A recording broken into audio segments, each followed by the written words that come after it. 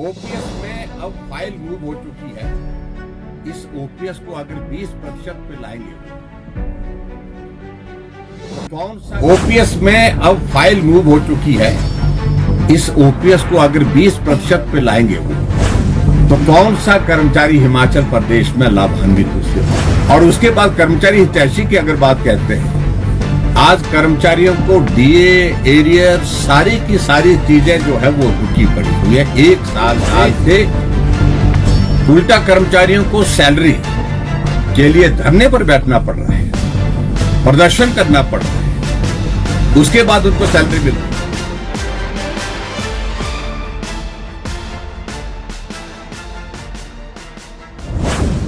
राज्यपाल के अभिभाषण को और किस तरह की रणनीति रहेगी सत्ता पक्ष को घेरने की, सदन में जाने की क्या तैयारी है?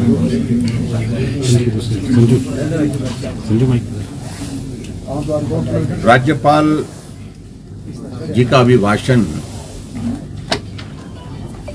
सरकार का एक दस्तावेज होता है। एक साल का सरकार का कार्यकाल पूरा हुआ और एक साल में सरकार ने किन किन योजनाओं पर काम किया, किस किस क्षेत्र में काम किया और हिमाचल के विकास के लिए किस प्रकार का सरकार का योगदान रहा। 1 घंटे 5 मिनट का अभिभाषण और 1 साल की एक भी उपलब्धि उसमें जिक्र के रूप में नहीं आई। लेकिन उपलब्धि के नाम पर अभी भी हिमाचल प्रदेश की सरकार को अगर हम पूछें तो जवाब कोई नहीं है। उपलब्धि के नाम पर शून्य है। 10 गारंटी दी थी, 10 गारंटी में से एक भी गारंटी पूरी नहीं। अधिकांश गारंटियां जो है 1-2 गारंटियों के सिवाय कोई भी गारंटी का जिक्र ही मतलब छुआ तक नहीं है। थोड़ा बहुत उन्होंने की हरित क्रांति, हरित राज्य बनाने के लिए, लेकिन जमीनी हकीकत क्या है उसमें? उन्होंने कहा कि हम 5 कॉरिडोर जो ग्रीन कॉरिडोर जो हम बनाएंगे, लेकिन उसमें काम क्या हुआ इस बात का हम जिक्र जानना चाहते हैं। कहीं भी अभी तक जो है वो उस दृष्टि से जो ग्रीन कॉरिडोर बनाने की अगर बात की है, उसमें जमीनी हकीकत यह है कि अभी तक उसमें कुछ भी नहीं हुआ है। प्रोग्रेस के नाम पर, प्रगति के नाम पर शून्य है। जिसको उन्होंने पहले फेज में लिया है, जिनके अभिभाषण में, महामहिम राज्यपाल जी के अभिभाषण में सबसे पहले उसी का ही जिक्र किया।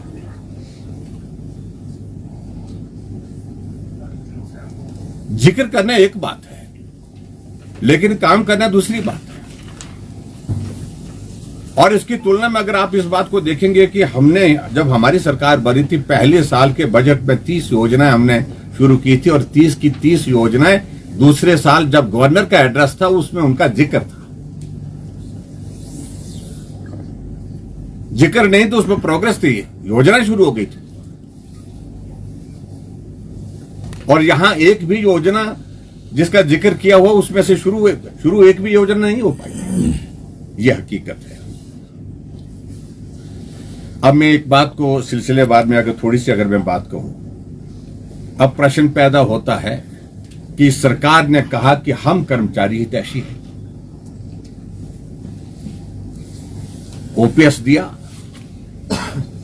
अच्छी बात है, उसमें हमें कोई आपत्ति नहीं है। हमने तो यही कहा था कि हम प्रयत्न करेंगे।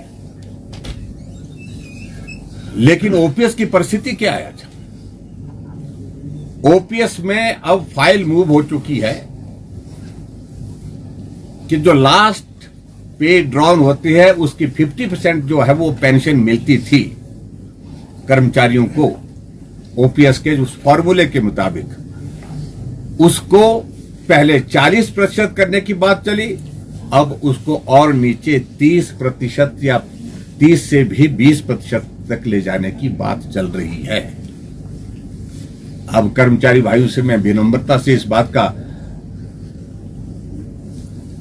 अनुरोध करना चाहूंगा